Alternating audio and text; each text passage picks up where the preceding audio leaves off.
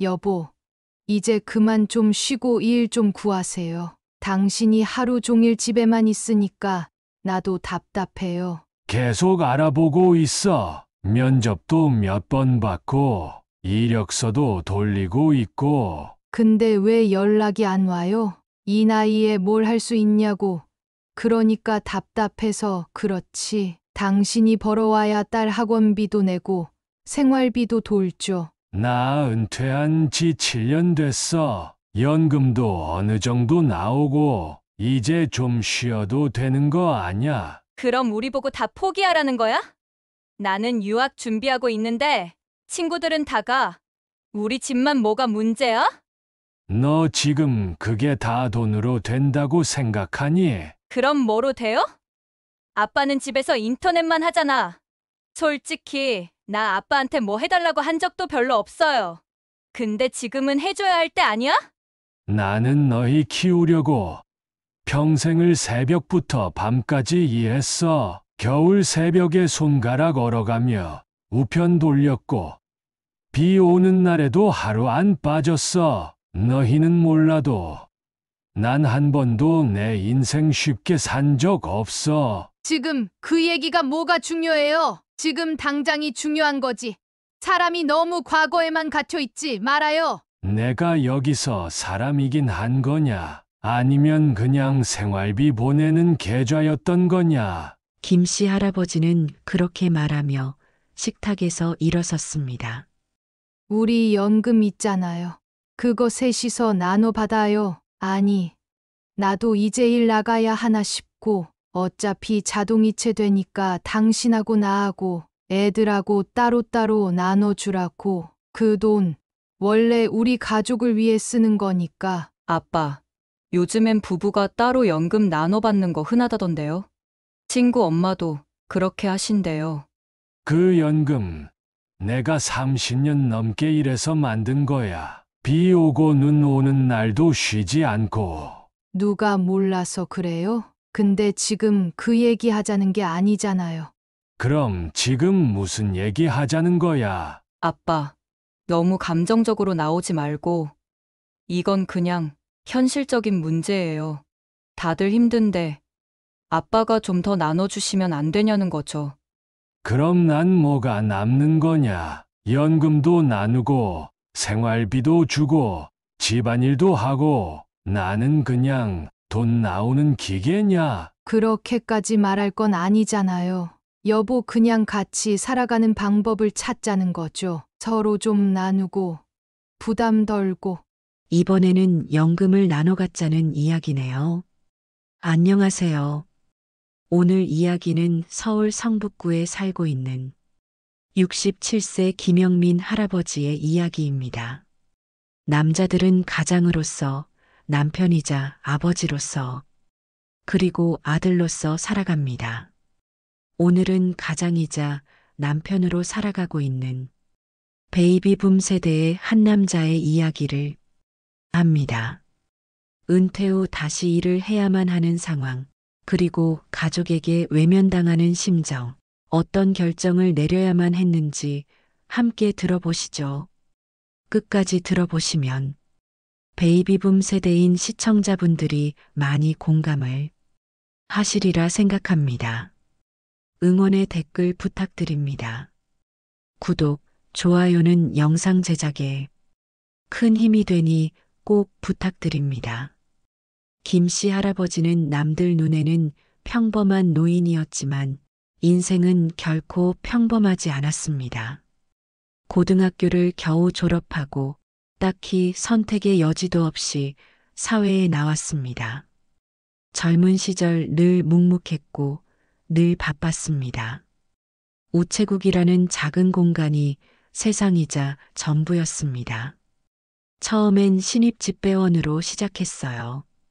이른 새벽, 아직 어둠이 깔린 거리에서 자전거에 우편물 가득 싣고 출근하던 날들이 많았습니다.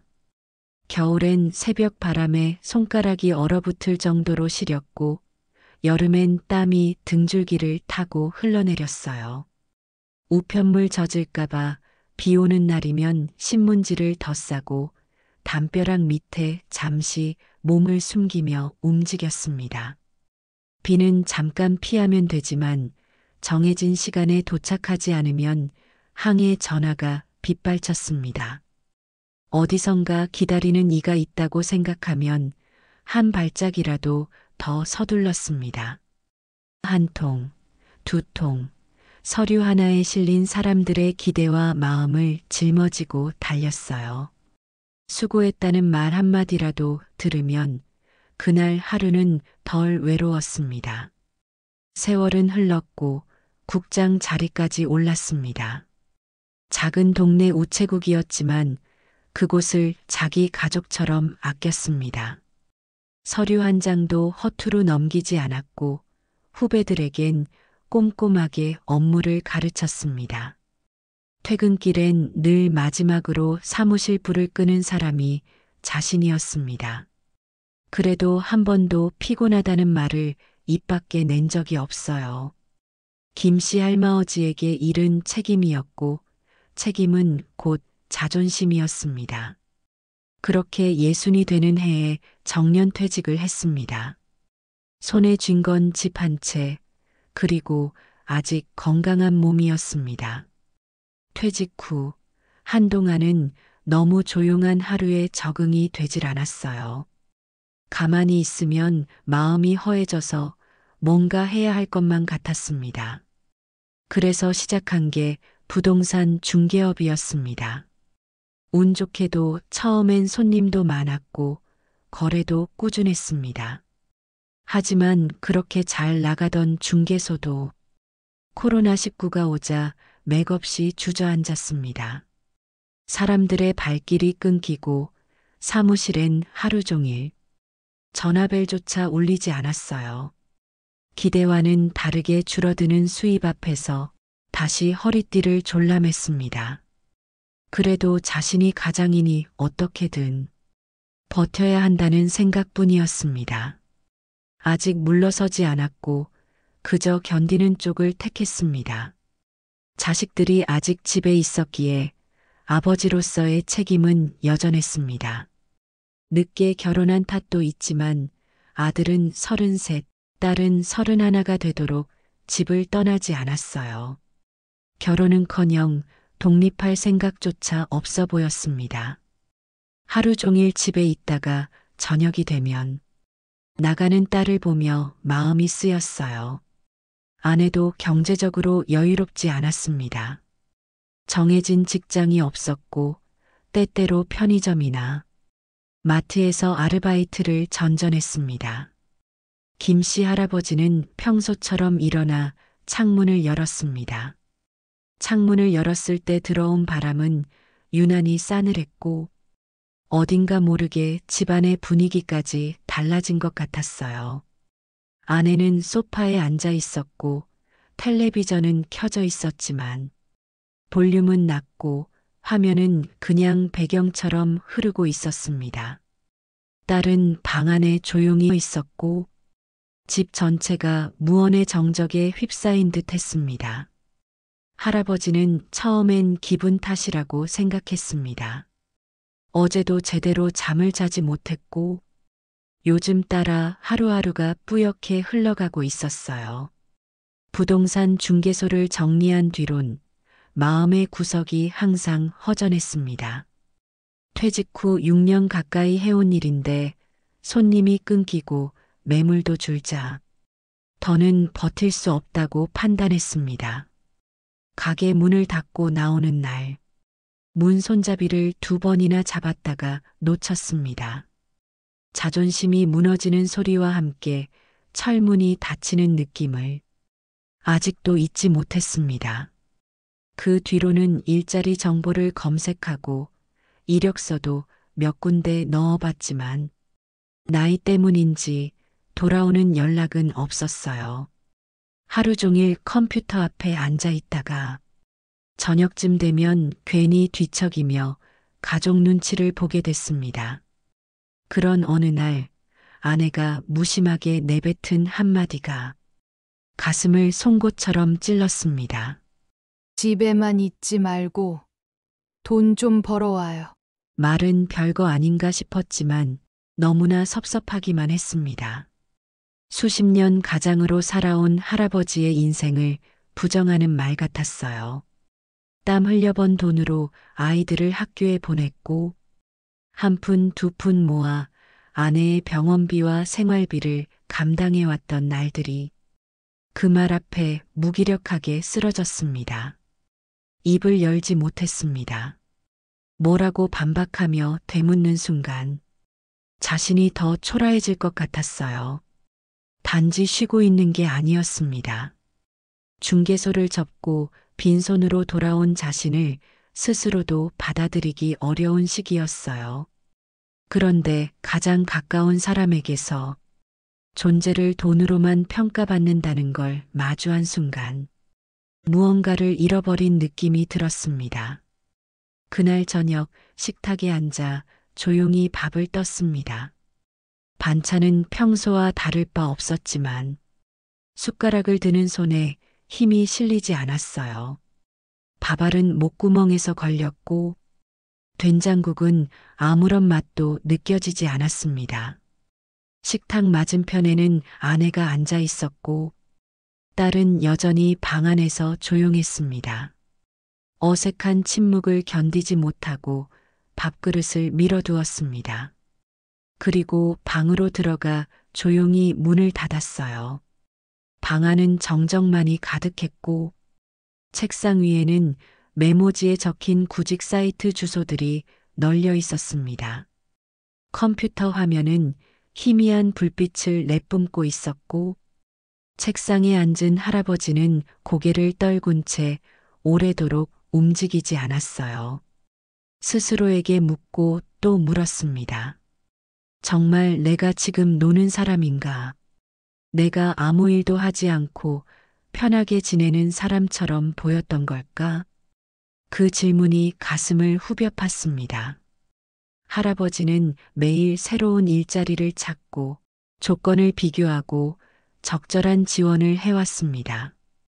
하지만 그런 노력은 가족의 눈에 보이지 않았습니다. 가족에게 할아버지는 단지 집에 있는 사람, 일 안 하는 사람으로 보였어요. 그 현실이 가혹했고 무엇보다도 믿고 싶지 않았습니다.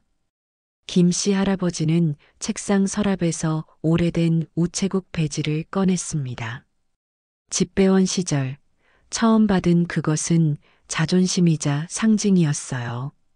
그 배지를 쥐고 있는 손에 땀이 맺히고 어느새 눈가에 뜨거운 것이 고였습니다. 자신이 사라져가는 느낌이 들었습니다.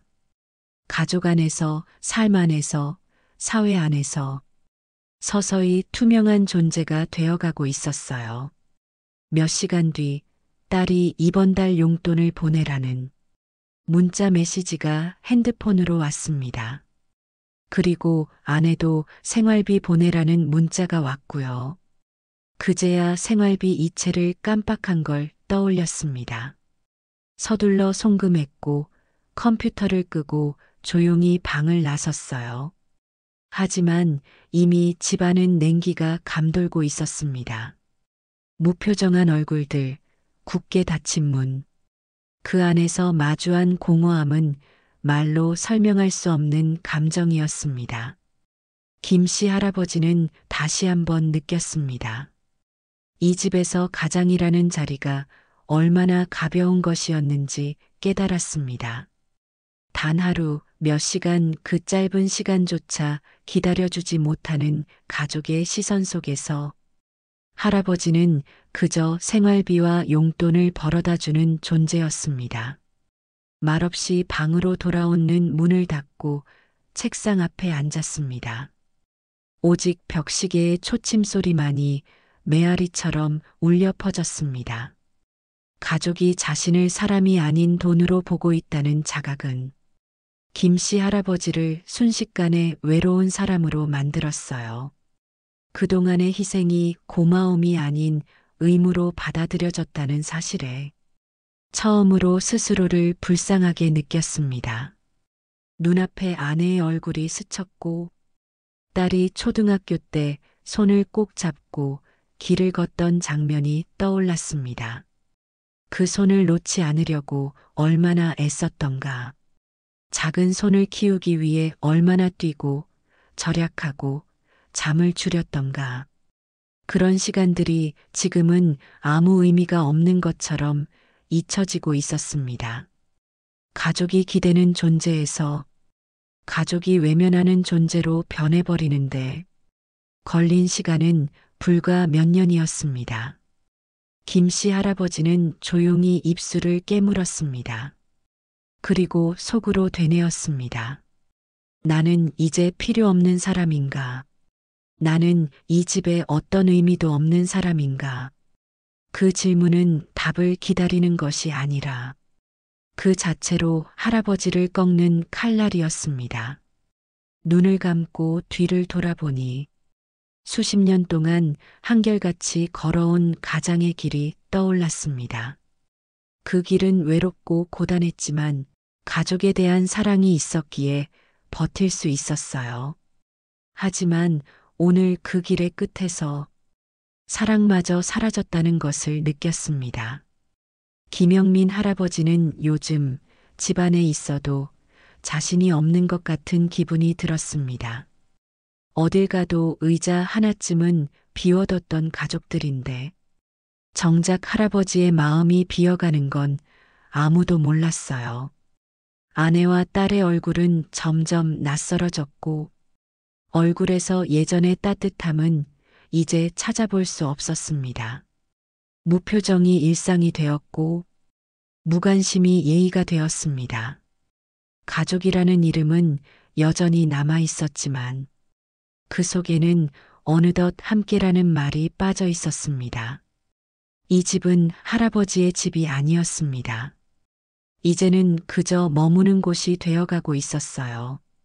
아들은 말이 없지만 성실한 편이었습니다. 작은 회사에 취직해 출퇴근을 반복하며 스스로 생활을 꾸려가고 있었습니다. 가끔 커피 한 잔을 손에 쥐어줄 때 할아버지는 말없이 마음을 느꼈습니다. 조용한 배려 하나에 버틸 힘이 조금씩 생기곤 했어요. 하지만 딸은 달랐습니다. 공부에 흥미를 잃은 건 오래전 일이었고 대학을 간신히 들어간 이후에도 성적은 늘 아슬아슬했습니다. 성취보다는 비교에 익숙했고 현실보다는 허영에 가까웠습니다. 친구들이 유학을 간다는 말에 딸은 어느 날부터 매일 유학 이야기를 꺼내기 시작했습니다. 처음엔 웃으며 넘겼지만 그 말은 시간이 지날수록 욕으로 바뀌었고 이젠 당연한 권리처럼 느껴졌어요. 딸은 아버지를 바라보며 말하지 않았지만 눈빛 속엔 분명한 비난이 담겨 있었습니다. 왜 나는 친구들처럼 못 살아? 아빠는 왜 나한테 투자 안 해? 할아버지는 아무 말도 하지 못했습니다. 그 눈빛 앞에선 어떤 말도 위로가 되지 않았습니다. 수천만 원이 드는 유학 비용은 김씨 할아버지가 감당할 수 없는 현실이었습니다. 연금은 생활비로 빠듯했고 당장 이달 가스비도 걱정하는 상황이었어요. 하지만 딸은 그런 현실엔 관심조차 없었습니다. 그녀의 기준은 언제나 남들이었습니다. 남들도 하니까, 친구들이 다 간다니까. 한마디 한마디가 할아버지의 마음을 허물어뜨렸습니다. 할아버지는 거실 소파에 앉은 채 딸 방에서 흘러나오는 웃음소리를 들었습니다. 그 웃음 속에 자신은 없다는 걸 누구보다 잘 알고 있었어요. 딸의 세계는 늘 바깥에 있었고 그 바깥에는 아버지의 땀이 스며들 여지가 없었습니다. 할아버지는 점점 대화 대신 침묵을 선택했습니다.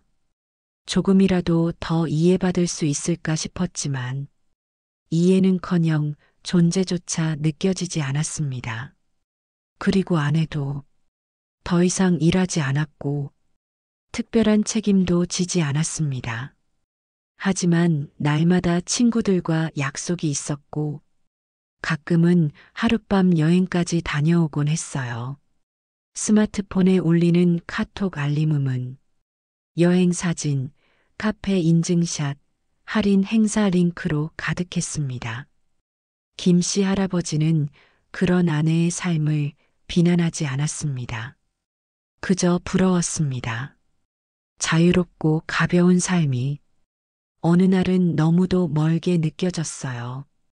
할아버지는 그날도 식기세척기를 비우고 쓰레기를 챙겨나가며 집안의 자잘한 일을 처리했습니다.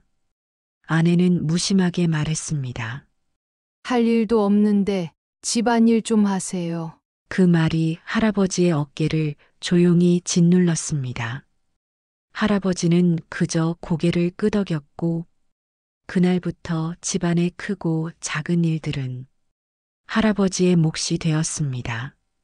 아침이면 식탁을 닦고 거실 먼지를 털고 청소기를 돌리고 세탁기를 돌리고 빨래를 개는 일까지 하나둘씩 자연스럽게 떠맡게 되었어요.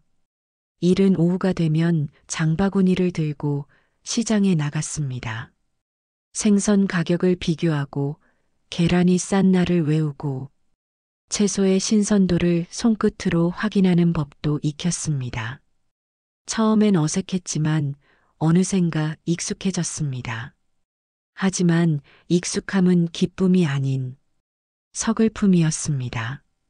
부엌에 서서 저녁을 준비하는 모습은 누가 봐도 평범한 가장이 아니라 도우미처럼 보였습니다.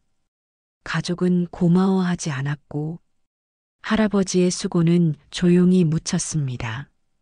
반찬을 만들고 국을 끓이고 딸이 좋아하는 볶음 요리를 찾아가며 만들었지만 맛있다는 말 한마디는 돌아오지 않았어요. 매번 조용히 설거지를 하며 조금씩 마음을 닫았습니다.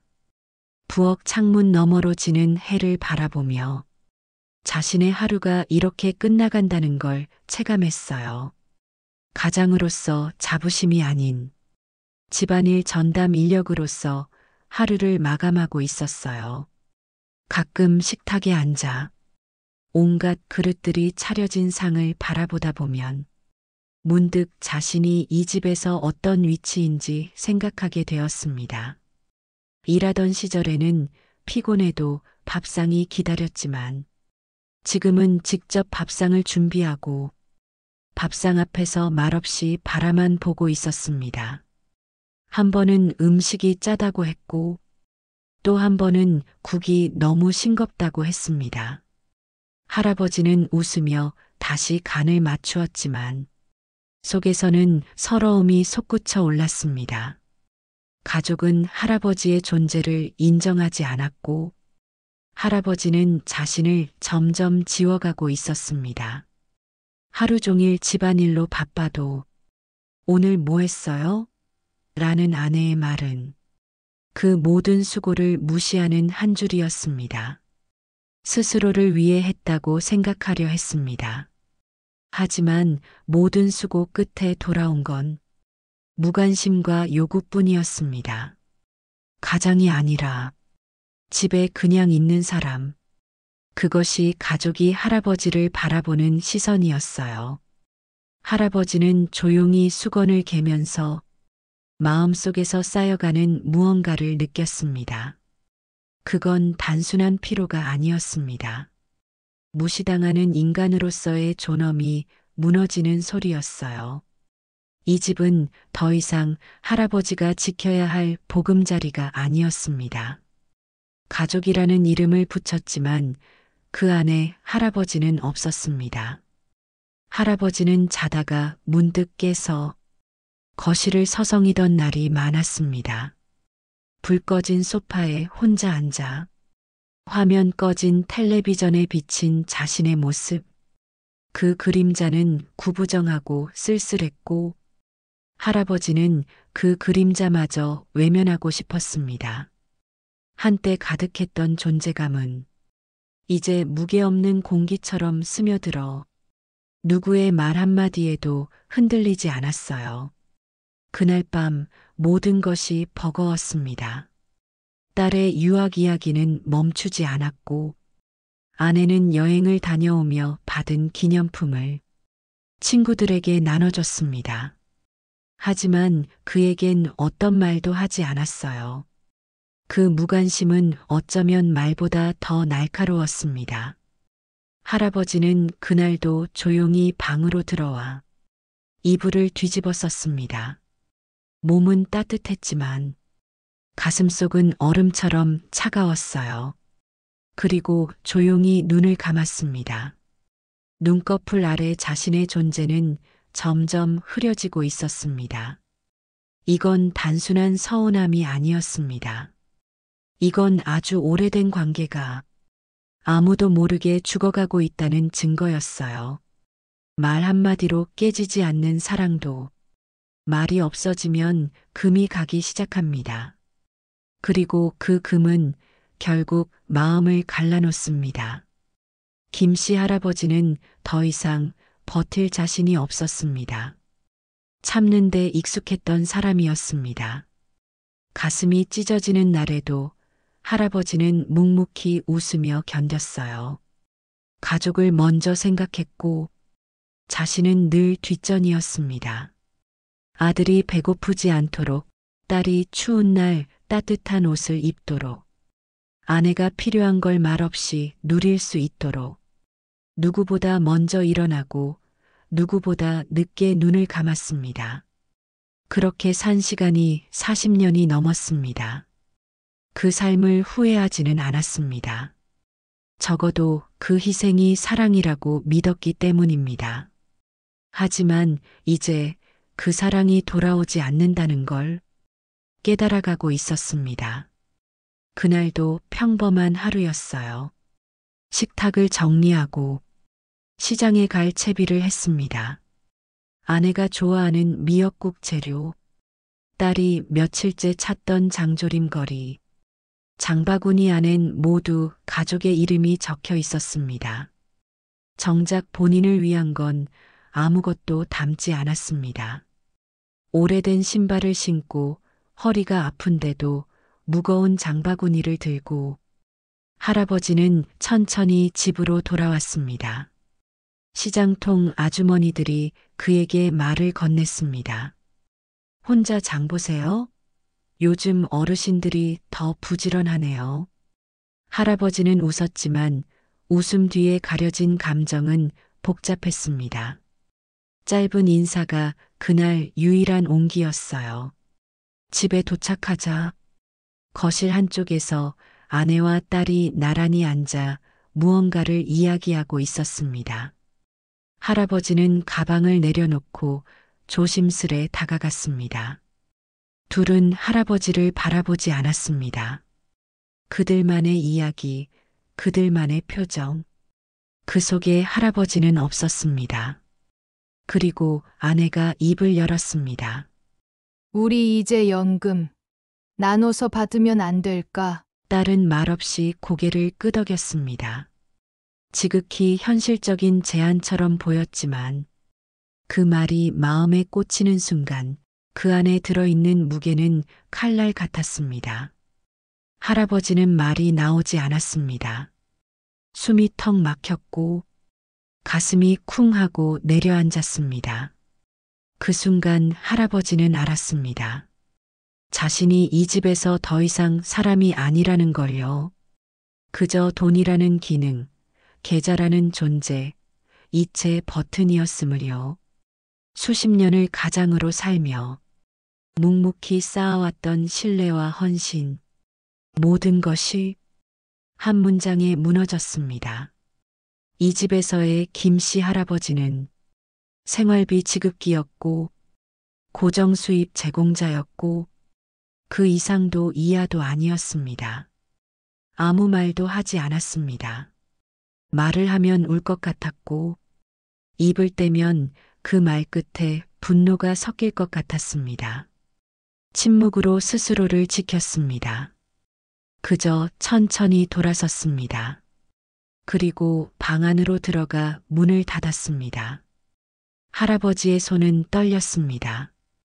키보드에 손을 올리며 숨을 깊게 들이마셨습니다.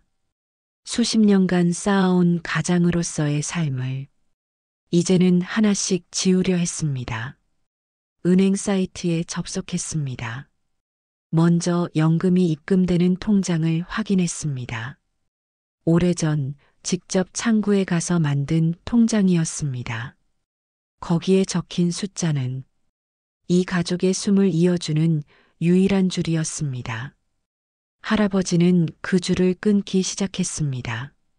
아내의 신용카드 결제 계좌, 딸의 용돈 이체 계좌, 매달 빠져나가던 학원비, 핸드폰 요금, 각종 공과금, 하나하나 해지했습니다. 마치 자신의 존재를 해체하는 것처럼 손이 떨리고 가슴이 아팠습니다. 이체 해지, 자동 결제 해지, 연결된 계좌 삭제, 문장 하나하나에 김영민이란 자신의 이름을 지워나갔습니다. 이 집에서의 역할, 이 집에서의 의미, 이 집에서의 이름, 이 집에서 모든 것을 스스로 삭제하고 있었습니다. 해지 확인 문자가 연이어 휴대폰에 도착했습니다. 진동이 울릴 때마다 할아버지는 마음 한켠이 비워지는 걸 느꼈습니다. 비워지면서도 가벼워졌습니다. 가벼워지면서도 서러웠습니다. 그리고 일어서서 천천히 옷장을 열었습니다. 오래전부터 준비해 두었던 가방 2개를 꺼냈습니다. 많은 짐은 필요하지 않았습니다. 살기 위한 옷 몇 벌, 수건, 면도기, 낡은 운동화 한 켤레, 그리고 어머니의 흑백 사진 한 장. 사진을 가방에 넣는 순간 할아버지는 눈을 감았습니다. 마치 어머니가 잘했다고 말해주는 것 같았습니다. 가방을 닫고 조용히 현관 앞에 놓았습니다. 그 순간 마음이 평온해졌습니다. 두려움도 미련도 남지 않았습니다. 이 집에 자신을 붙잡는 무언가는 이제 하나도 없었습니다. 할아버지는 거실로 나왔습니다. 아내는 여전히 소파에 앉아 있었고 텔레비전에서는 익숙한 쇼핑 채널이 흘러나왔습니다. 그 화면을 멍하니 바라보는 아내의 옆모습은 이미 할아버지를 향하지 않은 지 오래였습니다. 할아버지는 조용히 아내를 바라봤습니다. 말하지 않았습니다. 그 말이 의미 없음을 이미 알고 있었기 때문입니다. 기대도 하지 않았습니다. 붙잡아 주기리라는 기대조차 더 이상 남아있지 않았습니다. 현관문을 열었습니다. 딸의 방문은 굳게 닫혀 있었습니다. 그 문 너머에서 어떤 생각을 하고 있는지 이젠 알고 싶지도 않았습니다. 할아버지가 현관을 나서는데 어느 누구도 어디 가요? 왜 그래요? 말 한마디 하지 않았습니다. 할아버지는 천천히 문을 닫았습니다. 손잡이에서 손을 떼는 순간 자신이 더 이상 이 집의 사람이 아님을 인정했습니다. 이제 할아버지는 가장이 아닙니다. 돈을 벌어오는 사람도 아닙니다. 청소와 음식을 책임지는 사람도 아닙니다. 이제부터는 누구의 희생도 아닌 자기 자신의 삶을 위해 걸어나가는 사람입니다. 걸음을 옮기면서 등 뒤의 문이 다시 열릴 거란 기대는 애초부터 하지 않았습니다. 하지만 이번만큼은 진심으로 자신을 지켜야겠다고 생각했습니다. 세상에서 가장 조용한 이별이었습니다. 김씨 할아버지는 그날 서울을 떠났습니다. 가방 2개, 그리고 묵은 체념 하나를 안고 강원도로 향하는 고속버스를 탔습니다. 좌석 창가에 앉아 도시를 점점 뒤로 밀어내는 풍경을 바라보았습니다. 아파트의 회색빛, 버스 정류장에 바쁜 사람들, 좁고 빠른 길들, 그 안에 자신의 흔적도 이름도 이젠 남기고 싶지 않았습니다. 버스가 고속도로를 타고 한참을 달릴 때 할아버지는 처음으로 숨을 크게 들이마셨습니다. 가슴속으로 깊이 들어온 공기가 오랜만에 맑다고 느껴졌습니다. 가장이라는 무게를 내려놓은 폐가 처음으로 스스로를 위해 숨쉬기 시작한 것이었습니다. 도착한 시골 마을은 조용했습니다. 산등성이 아래 작은 언덕길, 텃밭과 뒷산이 딱 맞물려 있는 몇 해 전 가족 몰래 사두었던 집이 있었습니다. 그 집은 작고 아담했습니다. 낡은 벽지, 세월의 흔적이 고스란히 남은 문지방. 하지만 그 모든 것들이 할아버지에겐 너무도 따뜻하게 느껴졌습니다. 할아버지는 집에 들어서자 먼저 신문지를 깔고 구석구석을 닦았습니다. 싱크대 물때를 걷어내고 창문에 묻은 먼지를 닦으며 조용히 입꼬리를 올렸습니다. 그 미소는 오랜만에 지은 진심 어린 웃음이었습니다. 누구도 기대하지 않았고 누구도 실망시키지 않아도 되는 공간. 할아버지는 그곳에서 처음으로 자신을 살펴보기 시작했습니다. 아침이 되면 닭 울음소리에 눈을 떴고 이불을 개고 볕이 드는 마루에 앉아 따뜻한 물을 마셨습니다. 라디오를 켜고 잡초가 자라난 텃밭으로 나가 호미질을 하며 하루를 보냈습니다. 도시에서는 일로 점철되었던 하루가 이곳에서는 흙냄새와 바람소리로 채워졌습니다. 어느 날 작은 텃밭에 상추를 심었습니다. 그리고 옆에 무와 열무도 뿌렸습니다. 손가락 사이로 흙이 스며들며 세상에서 가장 조용한 치유를 느꼈습니다. 심장이 다시 뛴다는 감각, 삶이 다시 흐르고 있다는 확신. 할아버지는 그제야 살고 있다는 기분을 되찾았어요. 며칠이 지났습니다. 서울에서는 아내와 딸이 한동안 연락이 닿지 않는 할아버지를 걱정하기 시작했습니다. 카드는 정지됐고 자동이체는 모두 해지됐으며 계좌는 비어 있었습니다. 처음엔 불편함이었고 그 다음은 불만이었으며 이후엔 공허함이 되었습니다. 하지만 그 공허함은 곧 분노와 원망으로 바뀌기 시작했습니다. 처음엔 짧은 문자였습니다. 연금 왜 끊었어요? 생활비는 어쩌라고요?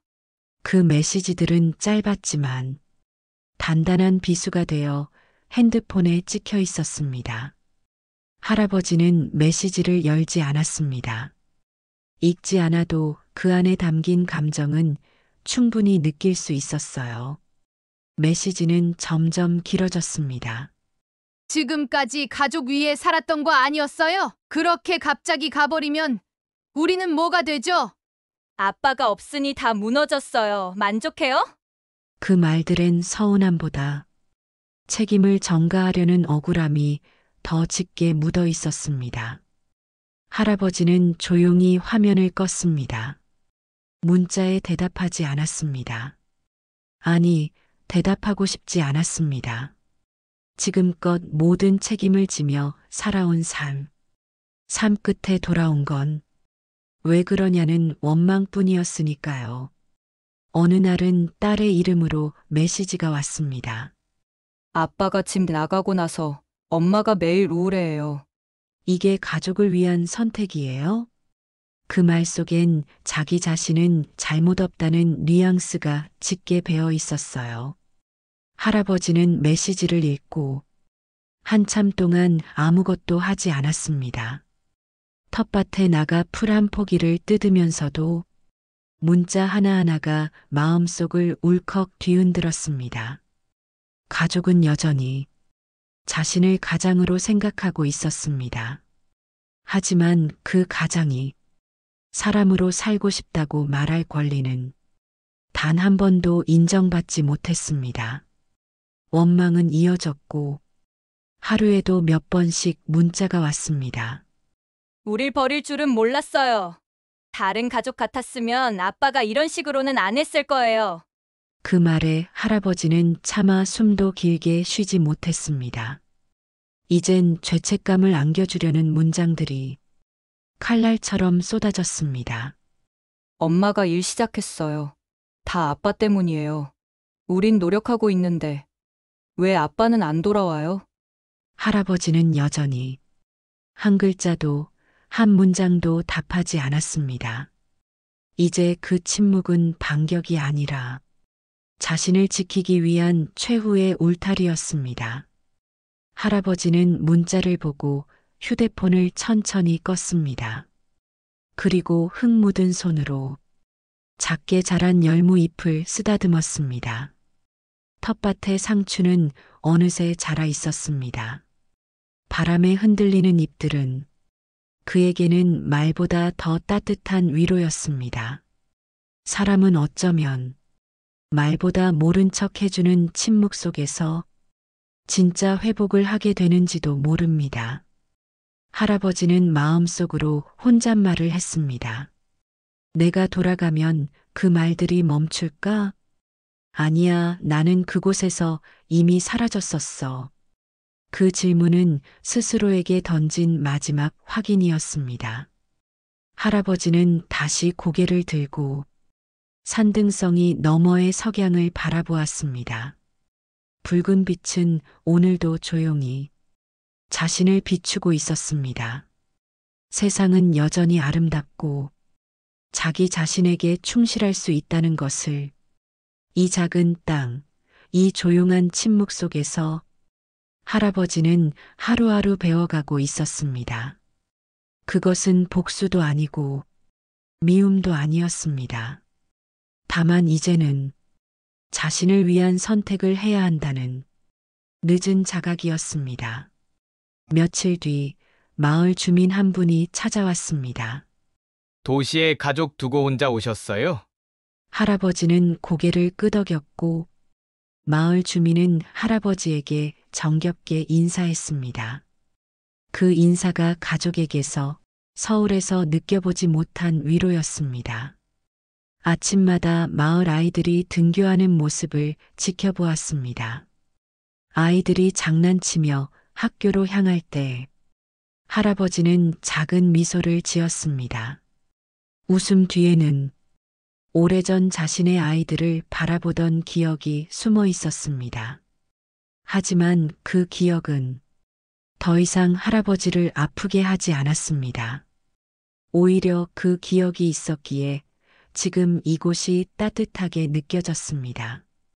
아내는 남편이 아무 말 없이 사라졌지만 그 침묵이 이제는 말보다 더 큰 외침이 되어 가족의 마음을 흔들기 시작했습니다. 아내는 다시 아르바이트를 알아봤습니다. 딸은 친구들과 거리를 두기 시작했습니다. 유학을 입에 올리지 않았고 스스로 알바를 하겠다며 나섰습니다. 하지만 모든 변화는 너무 늦게 시작된 것들이었습니다. 할아버지는 그것을 용서하지 않았습니다. 그렇다고 미워하지도 않았습니다. 할아버지는 단지 가족과가 함께 살던 과거의 자신을 더는 불러내고 싶지 않았습니다. 할아버지는 어느 날 아들로부터 전화 한 통을 받았습니다. 아버지, 집에서 다들 변했어요. 엄마도 일 시작했어요. 누나도 좀 달라졌고요. 할아버지는 조용히 듣고만 있었습니다. 그리고 말했습니다. 그렇구나. 짧은 한마디 속에는 감정이 가득 들어 있었지만 이제는 꺼내지 않기로 했습니다. 그렇게 시간이 흘렀습니다. 문자와 전화는 점점 줄어들었고 어느 날부터는 조심스러운 편지가 오기 시작했습니다. 딸의 글씨체, 삐뚤빼뚤하게 써 내려간 몇 줄. 아빠 미안해요. 그땐 왜 그런 말밖에 못했을까? 할아버지는 편지를 몇 번이고 들었다 놓았습니다. 한참이 지나서야 편지를 펼쳐볼 수 있었습니다. 그 안엔 원망도 요구도 없었습니다. 그저 담담하게 적힌 고백들. 아빠의 빈자리가 이렇게 크게 느껴질 줄 몰랐어요. 집안일이 이렇게 힘든 건지도 아빠가 없어서 알게 됐어요. 며칠 뒤 아내가 직접 찾아왔습니다. 낡은 손가방 하나를 들고 예전보다 수척한 얼굴이었지만 표정은 어딘가 조금 달라져 있었습니다. 아내는 오래 서 있지 않았습니다. 천천히 마당으로 와서 작은 평상 끝에 앉았습니다. 그리고 한참을 아무 말 없이 앉아 있었습니다. 햇살이 아내의 어깨를 덮었고 그림자가 길게 늘어졌습니다. 아내의 두 손은 무릎 위에 얌전히 모아져 있었고 몸은 조심스럽게 앞으로 굽혀져 있었어요. 마치 죄를 고백하듯 고개를 숙이고 앉아 있었습니다. 할아버지는 여전히 멀리서 지켜봤습니다. 그 순간조차 쉽게 마음을 열 수 없었습니다. 아내의 침묵이 말보다 무겁게 느껴졌기 때문입니다. 오래도록 이어진 정적 속에서 아내는 천천히 입을 열었습니다. 목소리는 들리지 않았습니다. 하지만 그녀의 어깨가 미세하게 흔들렸고 손등으로 조용히 눈가를 훔치는 모습에서 할아버지는 그 말을 읽을 수 있었습니다. 미안해요. 정말 미안해요. 그 말은 지금껏 듣고 싶었던 단 하나였습니다. 그러나 동시에 지금 할아버지에게 가장 들을 필요가 없는 말이기도 했습니다. 아내는 평상에서 일어났습니다. 두 손으로 바지를 털었고 가방을 들고 다시 현관 앞에 섰습니다. 이번엔 노크를 했습니다. 아주 작고 조심스러운 두 번의 두드림. 할아버지는 문 앞에 다가갔지만 끝내 열지 않았습니다. 대신 문 너머에서 조용히 서 있었습니다. 아내가 여전히 그곳에 있다는 것만으로 할아버지는 묘한 슬픔과 안도를 동시에 느꼈습니다. 당신 없으니까 집이 아니에요. 아내의 목소리는 떨렸고 그 말 속에는 처음으로 당신이라는 단어가 들어 있었습니다. 문은 열리지 않았지만 마음 어딘가에서 작은 문이 삐걱하고 열리는 소리가 들렸습니다. 아내는 돌아섰습니다. 걸음은 무거웠고 차에 오를 때까지 고개를 들지 않았습니다. 차가 다시 시동을 걸고 멀어져 갔습니다. 할아버지는 돌아가지 않기로 했습니다. 서울이라는 도시도 집이라는 공간도 더 이상 자신이 숨 쉴 수 있는 곳이 아니었습니다. 그 후로 한 달에 한 번 아내, 아들과 딸은 시골집을 찾아오곤 했습니다.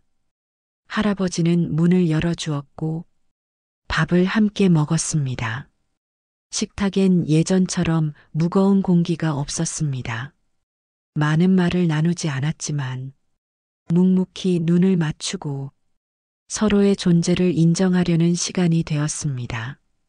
딸은 손수 고구마를 캤고 아내는 텃밭에서 뽑은 채소를 다듬었습니다. 조금씩 흘러가는 장면들이 할아버지에게는 너무도 낯설고 따뜻했습니다. 하지만 할아버지는 마음속 결심을 단 한 번도 흔들지 않았습니다. 서울로는 돌아가지 않겠다고, 다시 그 집의 가장으로 살진 않겠다고, 그 삶은 이미 끝이 났다고, 할아버지가 돌아갈 자리는 과거의 희생이 머무르던 자리였고, 그곳으로 돌아가는 순간 지금의 자신이 사라질 것 같았습니다. 이제는 한 인간으로서 자신의 하루를 선택하고 자신의 호흡으로 살아가야 한다는 걸 온몸으로 알고 있었습니다. 딸이 돌아가는 날, 텃밭에서 막 따온 토마토를 싸주었습니다. 아내가 돌아갈 땐 직접 삶은 고구마를 바구니에 담았습니다. 가족들은 다시 서울로 돌아갔고 할아버지는 다시 조용한 마당에 앉았습니다. 바람은 여전히 느리게 불었고 해는 산 뒤로 천천히 지고 있었어요. 할아버진 그 풍경을 보며 이제야 진짜 내 인생을 살고 있다는 생각을 했습니다. 누군가의 가장이 아니라, 누군가의 수입원이 아니라, 그저 나로 존재하며 하루를 살아가는 지금이야말로 처음으로 진짜 삶이라는 것을 느끼고 있습니다. 할아버지는 그 집에 여전히 머물고 있습니다. 할아버지는 이제 자신이 선택한 고유한 삶 속에서 남은 시간을 진짜 나로 살아갈 것입니다. 1년이 지난 지금도 가족은 여전히 가끔 찾아옵니다. 함께 밥을 먹고 차를 마시고 다시 돌아갑니다. 그걸로 충분합니다.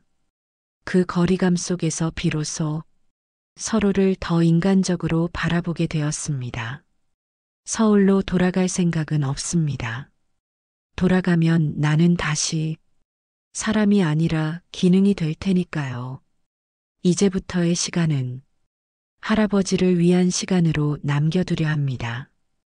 혹시 이 영상을 보시는 분들 중 지금의 내가 낯설지 않으시다면 당신도 아마 오래 참고 오래 버티며 살아오셨을 거라 생각합니다. 하지만 꼭 기억하셨으면 합니다.